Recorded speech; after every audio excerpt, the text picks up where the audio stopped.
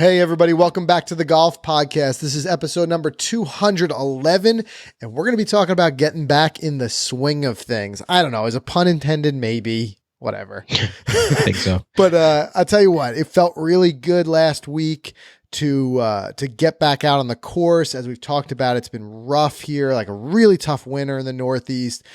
Been snowed in for the most part. I feel like every other year, Mike, there's at least one or two like warm stretches. I've had them in January, February, and we go out there, we play the temporaries, but at least we're swinging outside, play the temporary greens.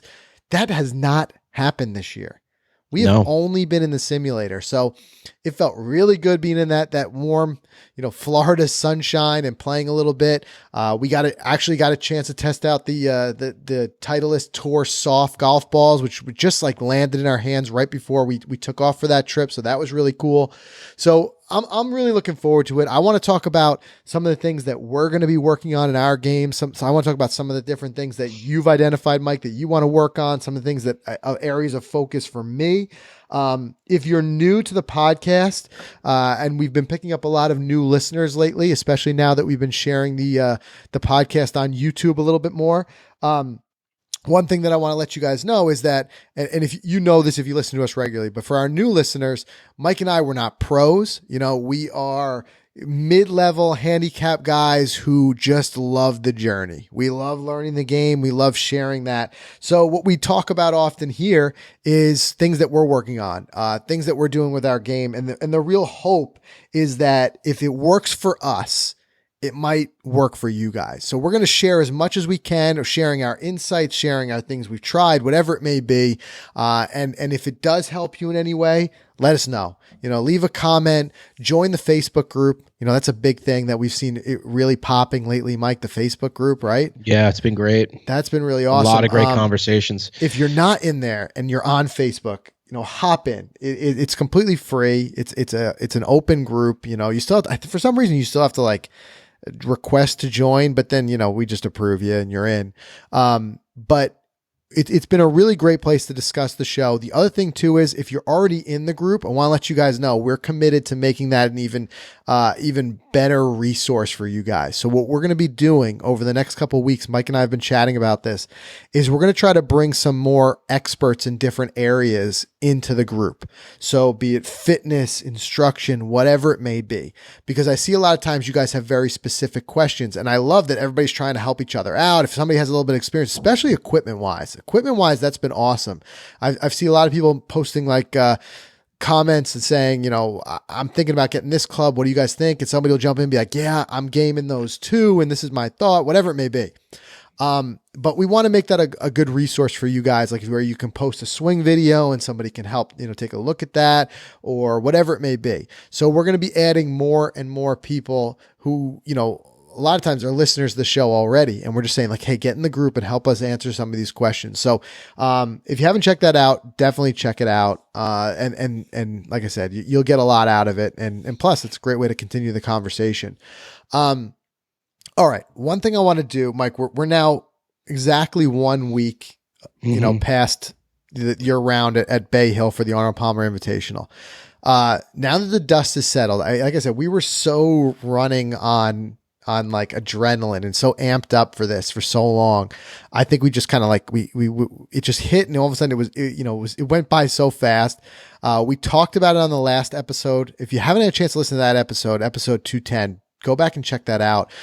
Because you may sound a little bit different because we were in a hotel room, but we just wanted to talk about it like as soon as it happened and just kind of decompress it. But now like a little bit different than that. It's been some time. We've had some time to like digest it. So that said, Mike, the question I have for you is, looking back now, is there anything you would have done differently? Any regrets, anything like that? Well, the good news is I felt like I played well. I felt like I eventually settled in and I played a pretty respectable round. If I would have kept score all the way through, I think it would have been a pretty good number on the scorecard. I think one of my biggest regrets is coming out of the gate a little too amped up. I thought I was calm. Sometimes you think you're calm, but you're not.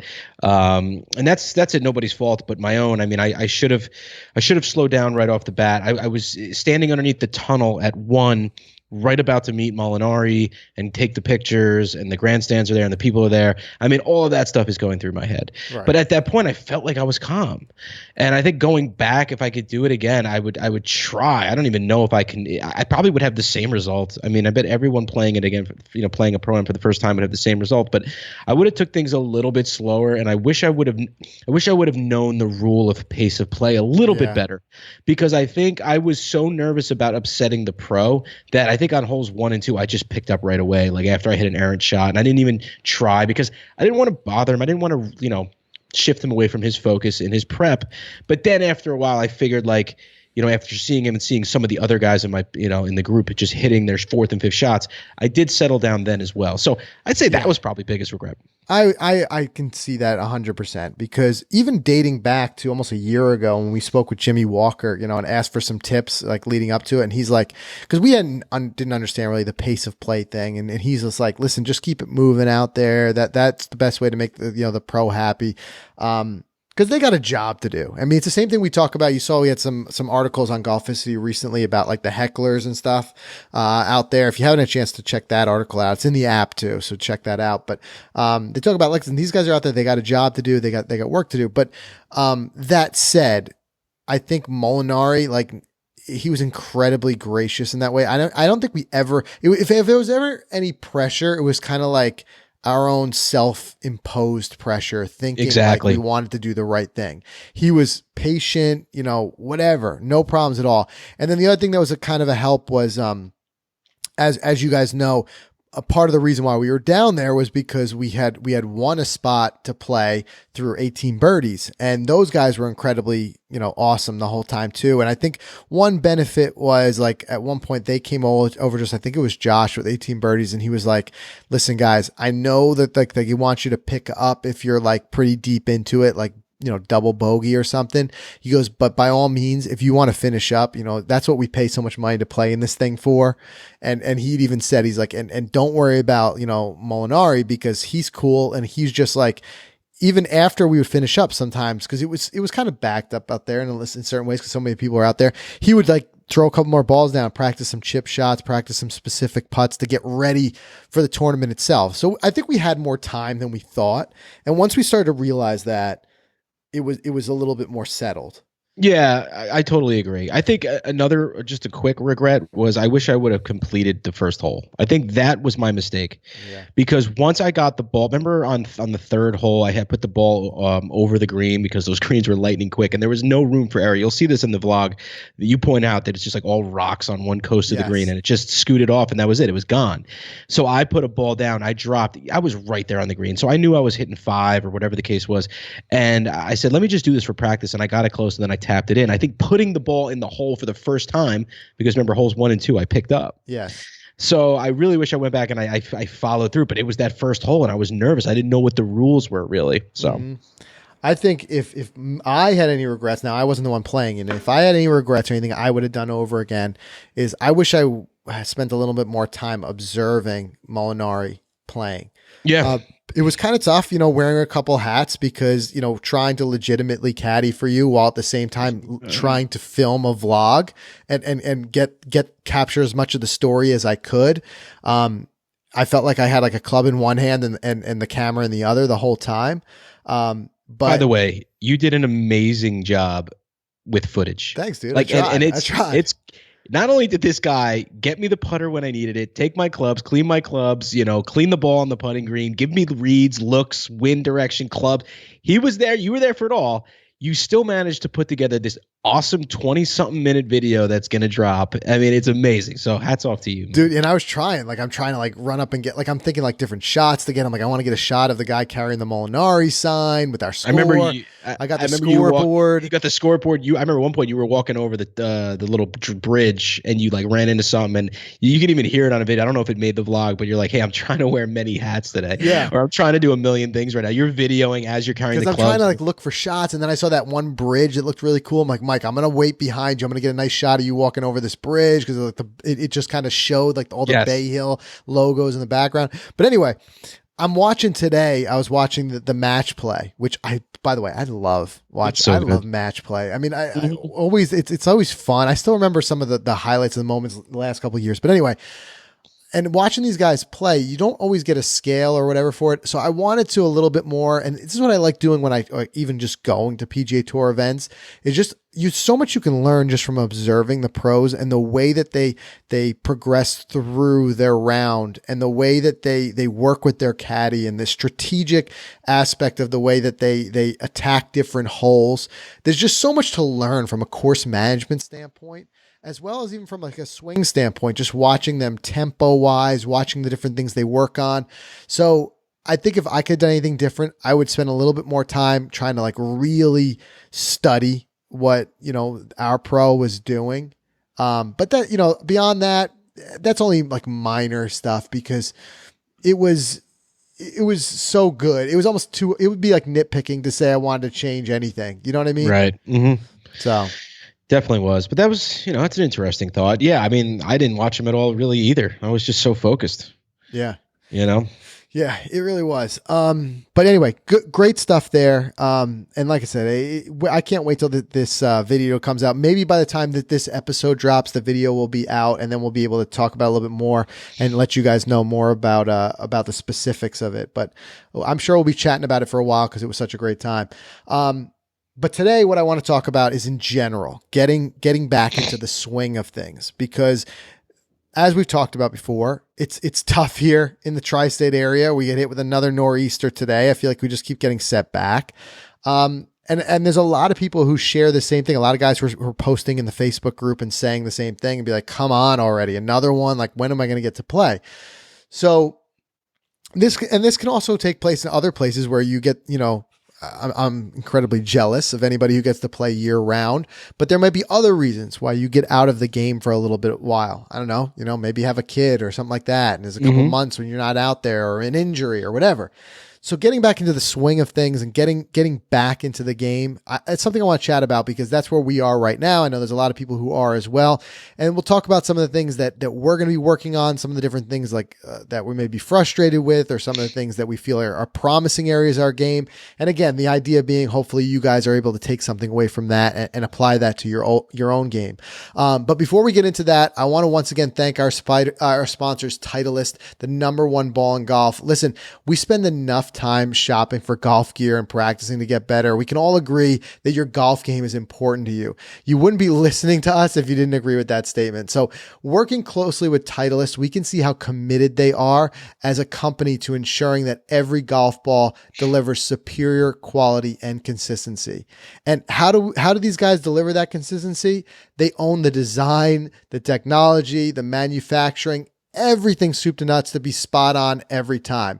They even conduct all the testing and quality checks to make sure nothing slips through the cracks. And Mike, I know you're passionate about your Pro V1s, and how they perform for you. And now having tested those Tour Softs, which we're going to talk about more in a minute, I think I might be making the switch over from the Callaway Chrome. Everybody's been asking me about that. They're saying, how's the Callaway versus the Tour Soft? Just knowing what we've seen so far and the little bit so far, even that we've been hands-on working with them and seeing the care that Titleist puts into them, I feel a lot more confident in my ball just knowing that, Yeah, definitely. I mean, I've never been disappointed with a Titleist golf ball, Frank. Never. Yeah. And I'm a mid-level handicapper, and I'm just on a mission to have a more consistent golf game. I mean, what I also love about Titleist is that they have 1,100 passionate associates that work in Titleist-owned and operated facilities. How cool is that? I mean, they control every step of the process, and this is probably why I've never been dissatisfied. Discipline is what sets Titleist apart, and they provide golfers of all handicaps to shoot their lowest scores possible. Honestly, I don't know what I would do without the Pro Vs, Frank. So that's Titleist, the #1 ball for every player and the #1 ball in golf. It's almost spring, everyone, so make sure that you choose the best for your game. Yeah, no doubt about it. So let's just kind of decompress this a little bit and let's talk about our game because we had the chance to play, and we talked about this a little bit on live. So if you saw this on our live segment this week too, you might be rehearing some of this, but we have to talk about it because it's too funny. We got a chance to play Grand Cypress the day after the Bay Hill Pro-Am. So a couple funny aspects of that. First, timing wise, man, it was kind of funny. We had a flight out on Thursday. It takes off at 8:00 p.m. Right. So we're like, well, we got some time. Let's get out there. Let's play. We got to take advantage of this. We're itching because we haven't played since September, October up here in the Northeast. We've got our clubs with us. Let's do it. Let's get out there. So we grab a 12:00 tee time, thinking plenty of time. And we're playing this out in our heads. We don't know Orlando that well. So we map, look at it on the Google Maps or whatever. And Grand Cypress, it's like, okay, Grand Cypress to the airport, 20-minute drive. So no sweat. Perfect, right? 12. We had to play it out in our mind that we're going to get a round of golf in. And then after that, we're going to go to the airport. We're going to chill. We're going to, maybe sit down, do a little bit of work, edit the podcast, whatever, and grab some dinner. We got a great plan worked out. Long story short, our round takes 5 hours out there because everything was backed up. I don't know if there's a lot of people in town for different conferences. Someone had said that, or because Arnold Palmer was in town, whatever. 5-hour round. So we get out there at 5:00. Now we had already checked out of our hotel room. So we had all of our stuff with us for the week. We had our luggage, we had our golf clubs and their travel bags. 6 total bags. It was crazy. 6 bags where we had the stuff. We had a separate entire bag for all the swag that Mike got from playing in the Pro-Am. So we got all this stuff with us, and the guys at Grand Cypress were awesome. Big thanks to them for they were able to hold all that while we played. They locked it up in the back room where they clean the shoes or whatever. But we get out of there, it's 5:00, right? And we're like, all right, we still got plenty of time. So we get changed to go to the airport in the locker room, call up an Uber. Uber shows up. What we didn't realize is 5:00 is rush hour. Now we're so used to, maybe we're just naive New Yorkers, whatever. We're so used to the traffic around New York, living in, New York and North Jersey and always going into the city. We always factor extra time in, but Orlando, we didn't think of it. Not even close. Yeah. So this 20-minute ride in the Uber took an hour and a half. We run out of the airport. We're like checking the bags, like at the curbside, like our golf clubs were like, oh man, we're going to lose these things, whatever. We walked on the flight, and it took off. We made it by a matter of minutes. And that was stressful. What did the Uber driver tell you, Mike? So what was making me panic was when you're looking at the home screen or the GPS screen on Waze. As the trip gets longer and as the traffic builds up, the time of arrival keeps going up. Yeah.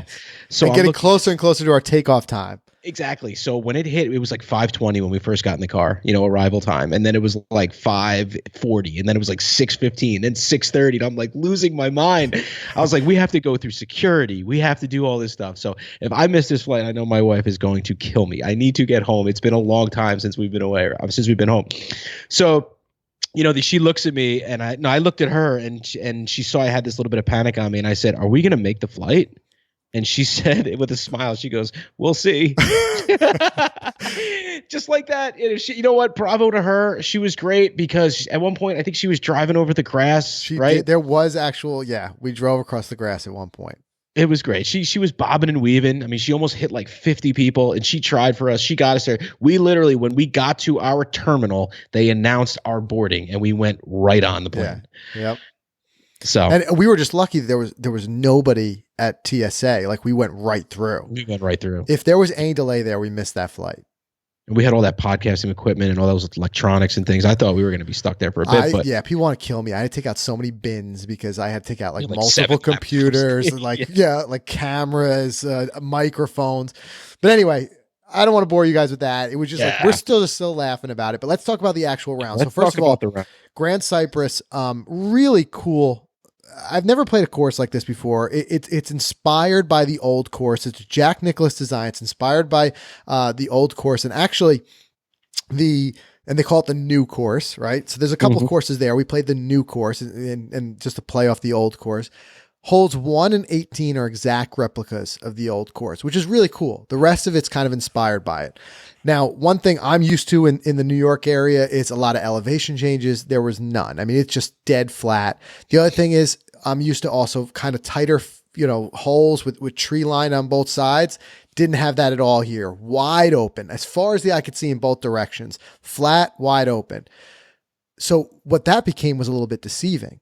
You could think you could just Yes. lay into it off the the tee, because worst case, aside from the holes that have water, there's also a lot of water out there. But some holes would be like you could go 3 fairways over and still have a direct shot with nothing in your line to the green. But what I wasn't used to was all the other little ways that you get into trouble. Pot bunkers for one, everywhere. There was one hole, we pull up the app that we're looking at, for the GPS to get our distances and stuff. And I counted 10 bunkers that were in play off the tee. And you'd think you have a great tee shot, and all of a sudden it just rolls in the fairway and right into one of these pot bunkers. There was one that took me 2 shots to get out of it. The ones where like they have the stairs down to them. Mm-hmm. So that was really challenging. The other thing was, we had talked so much about the Bay Hill greens being fast, and everyone was talking about the clinic the day before. They're like, guys, be ready, be ready. They're running at a 14 on the stimp. These are fast. And that we got a little putting clinic, and the guy was talking to us about like just worrying about your speed and getting your speed right, and leaving it on the high side so that at least you give yourself a chance, and different things like that. And the ball doesn't just keep rolling. And Mike was putting lights out at Bay Hill, which I'll talk about in a second. But we get over to Grand Cypress, and I would say that these greens were legitimately as fast, if not faster, than Bay Hill. They were ridiculous. And then the undulations in our group, more like we had paired up with 2 other guys, more than 2 or 3 times it happened where people would putt and they'd go right off the green and be chipping on their next shot. Yeah. Multiple tiers. There's one you'll see in the vlog where I kind of describe it and I say, look at this. It was like a humpback, like where it would go up like 6 feet and the pin was there, and then it would go down on the other side. And the landing zone was maybe 4 paces by 10 paces. So it was challenging. And I'm looking back at my stats. Now, you scored a lot better than I did. Let me see here. I'm going to pull it up. I ended up shooting, and for my first round back, it is what it is. I shot a 91 out there, and I had, let's see here. And I'm just looking at my Arcos. One of the stats is 3 putts. Now there's not a stat on here for 4 putts, right? So I'm guessing they lumped that in there. I'm going to tell you right now, I had at least 1 4 putt.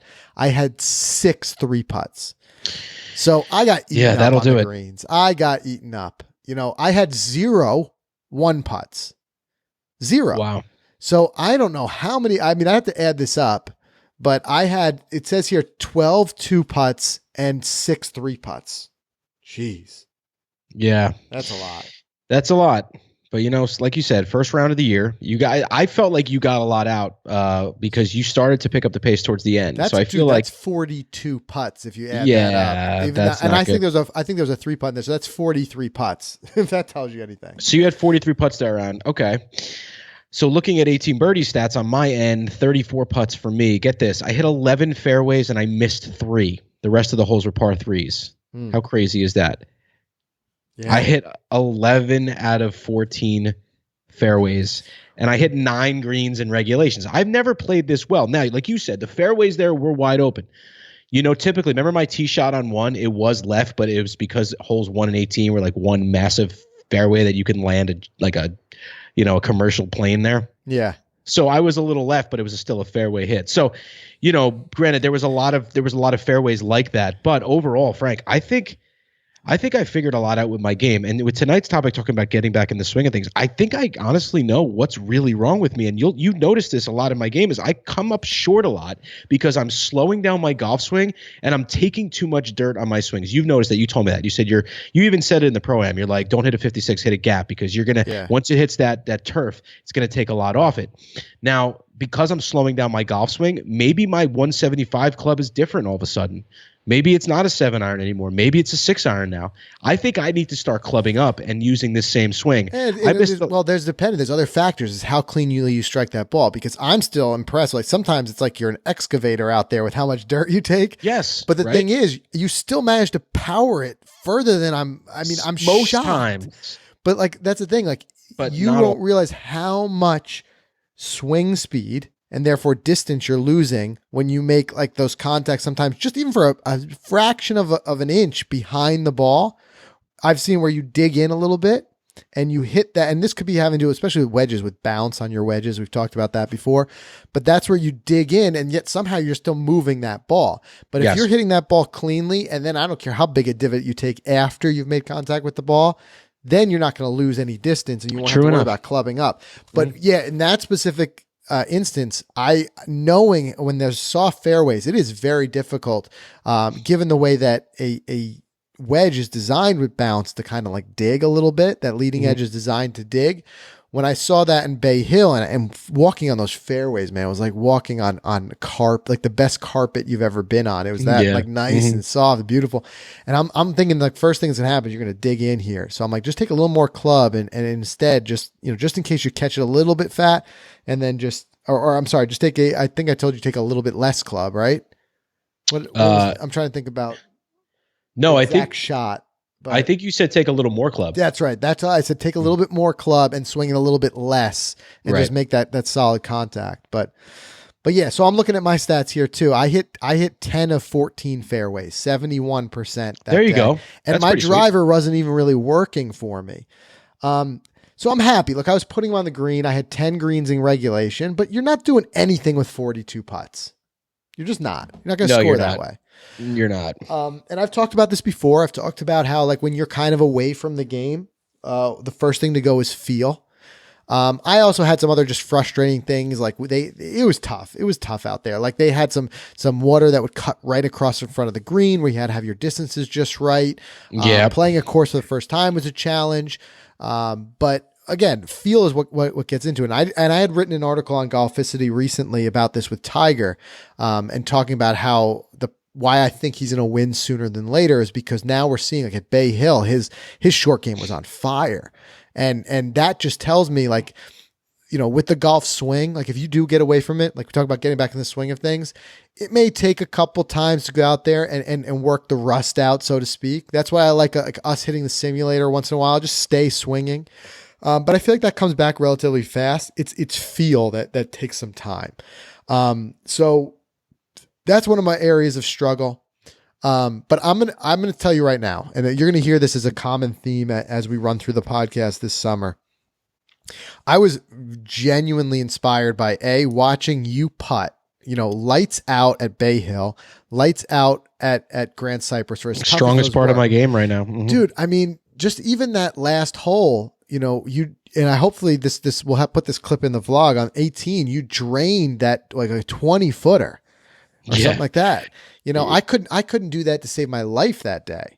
Yeah. And that translated to the scorecard. And I think that's one thing that it's, really we hit home, but like we talk about it a lot, but I'm not diving in enough. I'm not committing myself enough. We talk about how 40% of your scoring happens on the green, but I want to commit to that. And the other thing I thought about this too is watch any PGA Tour event. Watch the Sunday round, watch the replay, which by the way, I don't know if you saw this, but on the Masters has a YouTube channel now, I think. And they have so if you want to binge something, man, they've got the Sunday round of like every Masters posted. It's just wow. It's good. But anyway, you look at it and you see whoever won is hot with their putter. It's just, it's just what translates to it. We just saw Rory win for the first time in 500 days. And what does the highlight reel look like? Sure, he hit one or two excellent shots, but his putting was just amazing. He was draining the putts. So I just think that's one area and being frustrated living in the Northeast and saying we can't get out there, at least knowing putting is something that I can work on a little bit indoors, work on my putting stroke. Right. I want to commit myself to it. Likewise too, we talk about it a lot of times, like you have young kids, I have young kids. We're a little bit strapped for time right now that we can commit to getting out there. So we talk about focused practice. One thing I can do is when the kids go to sleep, I can duck out in my backyard for 30 minutes and work on chipping into a net. And I think that's what I'm going to try to do this year. I'm going to try to look for that low hanging fruit. So if I can't find the time to leave, and have my wife watch the kids and go to the driving range or go someplace like that, at least I can work on this short game stuff. And I think that it's going to translate in my score. And I'm going to be using the different apps. Like I know you're using 18 birdies with the targets that you can set. I'm also using that as as well as my Arcos, and I'm looking at my handicap breakdown. Chipping and putting just murdered me. Yeah. They were terrible that day. So Yeah. I'm gonna work on bringing my handicap down there. I mean, my approach was good. There was other areas of my game that were good. I could build on that, but I really need to focus in those areas. Yeah, solid points. I mean, on this end of the things, I've never been more confident in my golf game. I think Bay Hill helped. I think the round the next day helped even more. I think all of the prep work that I put in, and you saw how much work I was putting in leading up to Bay Hill. I think I must have been in the simulator 5-6 times. Yeah. I went out to the outdoor range maybe 3-4 times, 3 or 4 or 5 buckets of balls, and I've been putting indoors on my the green, the green here I have in my office many times for feel, and then I have the Chippo golf I use in the basement for chip. So around the greens at both Bay Hill and Grand Cypress and on the greens, I felt awesome. I felt confident, and I've been working on that all winter. You know, I haven't been able to go out and swing a lot, but like you said with Rory, who cares? I mean, where I was dominating was around the greens, and I think that's going to be huge. Yeah, I love all those videos you've been posting like on your personal Insta of like you down in the basement chipping. You have your daughter down there, like she's getting into it a little bit, but that's just it. You can make those areas work. The other thing that I did, which I'm so excited about, like I want to shoot a video of me just like opening my front door constantly just to look at my front stoop to see if it's here, because I did order that putter. I said I was going to end up doing it. You pulled the trigger. I pulled the trigger. So anybody who didn't get a chance to check it out, we went through a full putter fitting at Club Champion a couple weeks back. We've got that episode of the vlog on our YouTube channel. I ended up getting fit, and it was just like one of those things, like just magic. Like the putter was perfect for me. So sometimes even with the fitting, it's not necessarily perfect. We identified one that was just perfect. Do you know how to pronounce it yet? Betnardi. Okay. it's a BB1LN, right? So yes, I've been dreaming about this thing. And by the way, Molinari was playing a Betnardi out there he too. Was, which made me say it's like it's a sign. Maybe I got to get this sign, thing. Right. But I originally just could not pull the trigger because the sticker shock of the price tag. This thing is $550, right? So I'm like, I just can't do it. And every time I talk to you, I've been like hemming and hawing about it. I'm like, So now I'm like thinking about it, and I'm being inspired while we're at Bay Hill of just saying, you know what? I'm going this season is just like 2018 is going to be my year of short game. I'm just focusing on the greens and around the greens. I just want to be like that lights out putter guy. I don't care if like I hit a ball every once in a while. I want to be the guy who's lights out when he's on the green. So I started thinking like, well, part of the problem is I got a club, which I clearly realized my Scotty Cameron is not fit to me. It's a hand-me-down. And then just got the luck of the kind of draw. Like I was like, jumping in the air when I got this email. The guys at Club Champion messaged us, and they just like kind of hooked us up. Like, and I can't thank them enough for this. And they're just like, listen, guys, we love what you did. We appreciate so much the shout out in the video, because that's not a sponsored video or anything like that. Right. We just shot a video there, and they loved it. And those guys were awesome working with.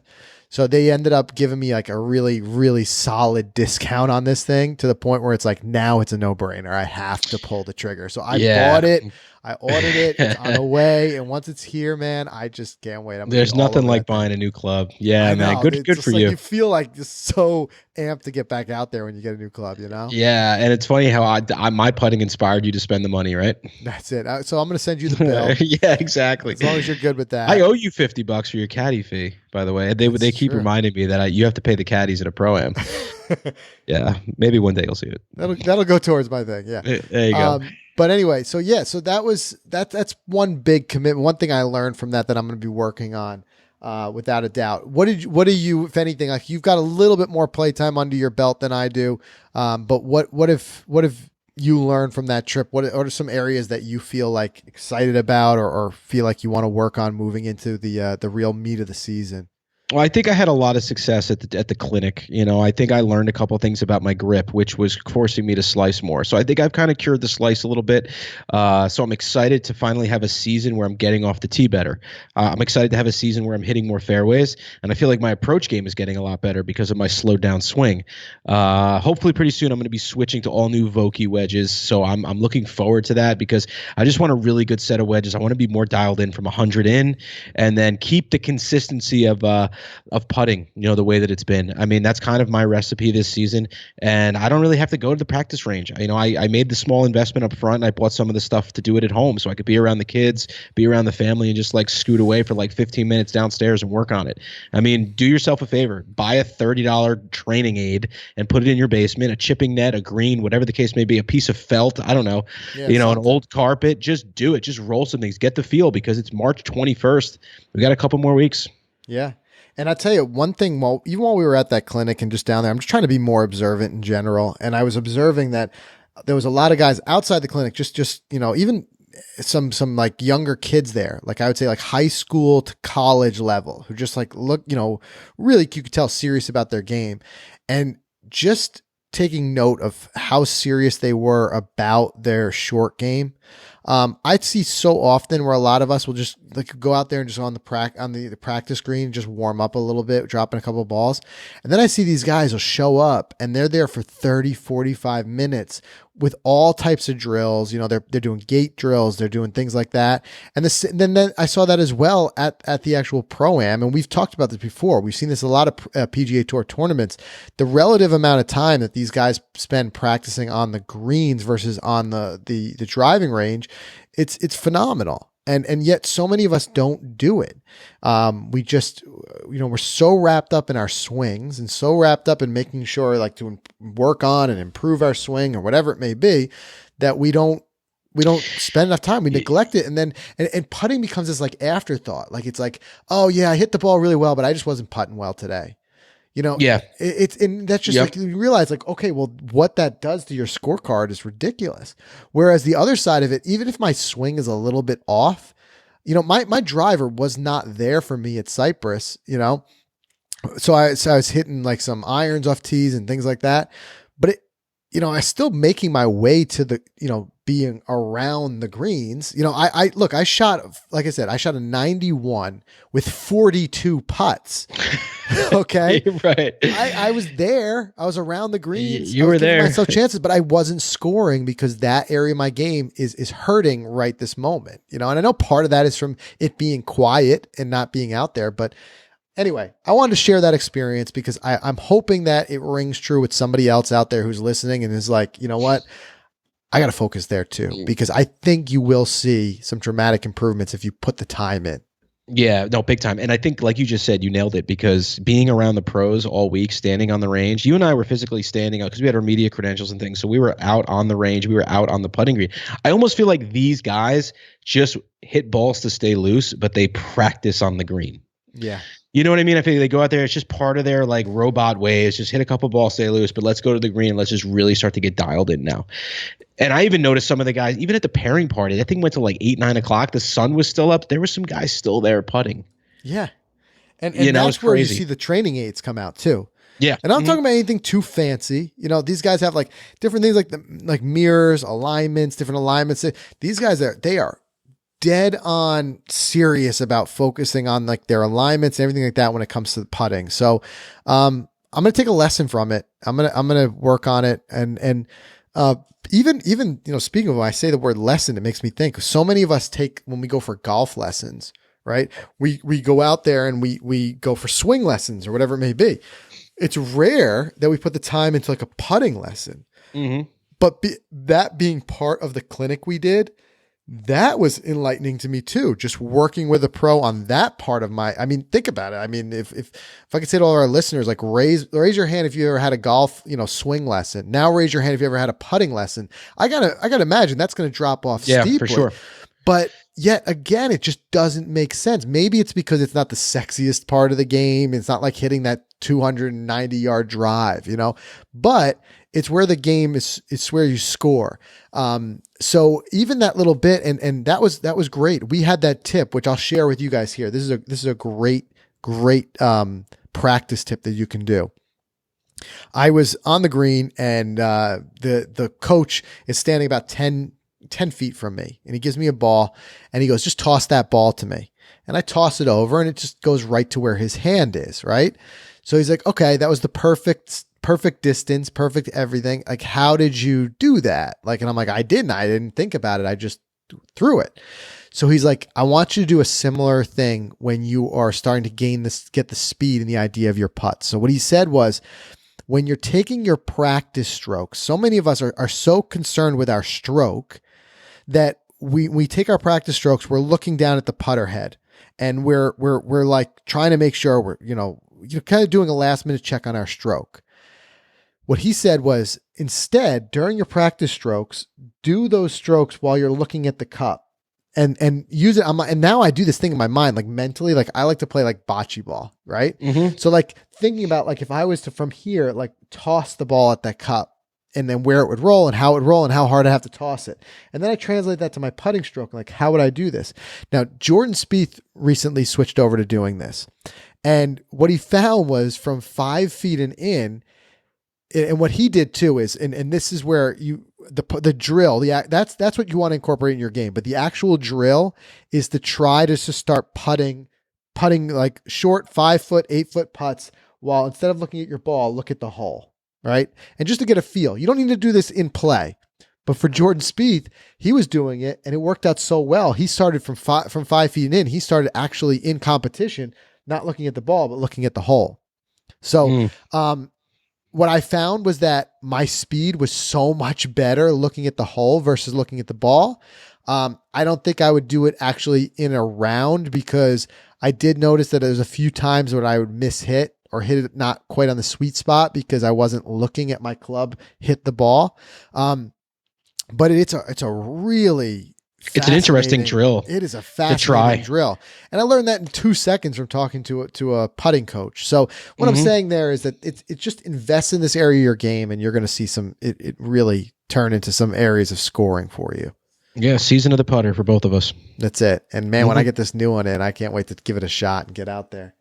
Yeah, man. But that's it. So that's going to be my goal. That's going to be my goal for this year. I learned that in the first round. The first round of the year is always very enlightening, and it tells you a lot of things. In this case, it also happened to be combined with a totally different style of play in a different state than I'm used to playing in. So those factors in. Briefly speaking about the ball itself, a lot of people are asking us about the Tour Softs. This is one of those things where I'm like, okay, this sounds like a home run to me, because I love playing a soft ball.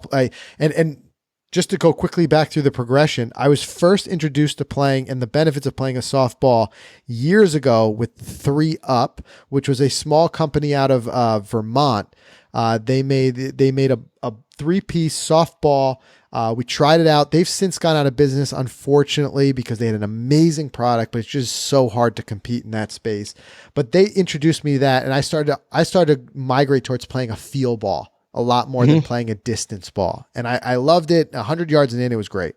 When they went away, I went on a rampant search to find something similar to it.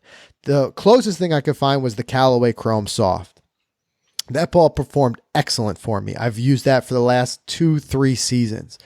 But, dating back to even my days playing in high school, I had always played Titleist, for all the reasons we talked about, just knowing like, then there's no joking about like the fact that they're the number one ball in golf. There's a reason for it. There's a reason why you do jumping jacks when you find a Pro V1 in the woods, So with, knowing that and just knowing how much success I've had with playing with the Titleist ball, when I heard that now they've got a soft ball, the Tour Soft, it could be my whole world is coming together, right? This could be excellent. So obviously there was a lot of anticipation for me getting this ball and getting out there. So where I don't quite want to give it a full 100% stamp of approval, because I had played so horrendously that day in general, being my first time out, being the difficult conditions, any type of excuse I want to make, I'd rather play a couple times with it. But what I can say is the ball felt great. Off the tee, I felt like I could control it. Not a ton of spin with the driver, which was great.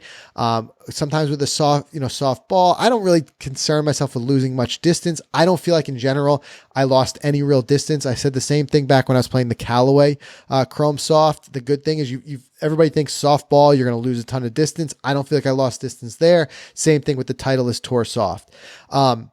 Feel around the greens. Felt great. I mean, Mike, you saw the one where you're like, oh, you got a little, you're bringing that one back a little bit. Yeah. Nice little backspin on the one.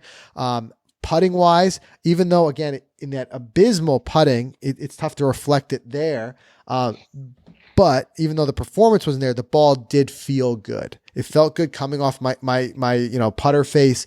The problem more so was that just being out of it, not getting my speeds right. That's my fault. That's not the ball's fault. And also just a couple mishits of just not quite making. I have been out of my putting stroke. So I feel like once that gets back, I'll be able to give a little bit more accurate review. But initial feel is it's a great feeling ball. And do you know the price difference? Do you know what ball is more? I know the answer to this. I looked it up. Do you know what ball is more expensive? Go ahead and think about it. It can't be as expensive as the Pro V1. I know that's the top of the line, but I don't know what savings we'd be looking at. Or are you saying compared to the Chrome Soft versus the Tour Soft? Oh, that's a better comparison. That's what I meant. I'm sorry. That I don't know. Where are we at there? All right, so the Chrome Softs retail for $39.99 a dozen, and the Titleist Tour Softs retail at $34.99, and so they're $5 cheaper for a dozen. Nice. I feel a little bit less bad putting them in the lake. Right, exactly. So they're cheaper, and you know what? I'm waiting to get a full stamp of approval from you. So I'm curious to see how you do in the next few rounds with them. Yeah, no doubt about it. So it's a great ball. And again, it's everybody's. I as much as I think club fittings are important. I think ball fittings are important too. Just because I like it doesn't mean it's going to work for everybody. I know even for you, Mike, you're okay with it, but you've never been, a guy who likes to play with the softball in general. It would take a whole lot more to pry you away from your Pro V1, especially after the way you perform with it at Bay Hill. I know you're kind of locked in on that right now, and that's fine. Everybody's going to play something different. I'm not going to take anything away from the Pro V1. That is just an amazing golf ball. I mean, that doesn't need to be said. Everyone knows that. But it's just me, I had kind of steered away even from the Pro V1 because I wanted a soft option. That's why I was playing the Callaway. Titleist introduces the soft option. To me, it sounds like it's a home run. But I'll give you guys the full verdict as I get a chance and I hit it a little bit more. But initial feel is it's excellent. And for that price, if you're the type of person who's even somewhat on the fence, I mean, $34, pick up a dozen, give it a try. That's what I would say. Yeah, I agree. So anyway, I'll keep reporting back as we go. Hopefully we'll be back out there playing again really soon, but it was nice to get one round in. And even on that hard track, I almost came back with all dozen that I went there with. Mm-hmm. That's right. Yeah. So that was, I lost that one in the water. Yeah. That was difficult because we're trying to gauge our distances. And then all of a sudden they got this creek that just runs right across the front of the green. I hate that hole. I'm so angry how I played that hole. That hole was tough. But hey, it gives you respect for St. Andrews, the old course. Yeah, exactly. And Jack. Yeah, we weren't playing it without all the wind that you normally see over there. We had a little bit of wind because it was pretty open out there. Not a lot of trees. There was no clouds and sun. It was so nice. That felt good. It was almost missing a flight. It's right. All right. Now we got to stop drooling about it. Yeah. Reality. All right. So let's wrap it up. But one thing I want to definitely say is, that's our experience with getting back in the swing of things. I want to hear you guys, your experience too. Make sure you post that in the Facebook group, or if you're watching this on YouTube, post it in the comments below. Let us know, what do you do to get back in the swing of things? Or are you getting back in the swing of things right now? Maybe you're listening to this somewhere where your spring is just upon you or whatever it may be. And you're getting back into it or things maybe you're worried about. Post them in the comments. Post them in the Facebook group. Let us know. Let's get a conversation going about it because, like I said, just chatting about it, there's a good chance that someone else will learn from that experience, and that's what it's all about. So do that for sure, and then you can get to the show notes for this episode by going to golficity.com/episode 211. We'll catch everybody again next week.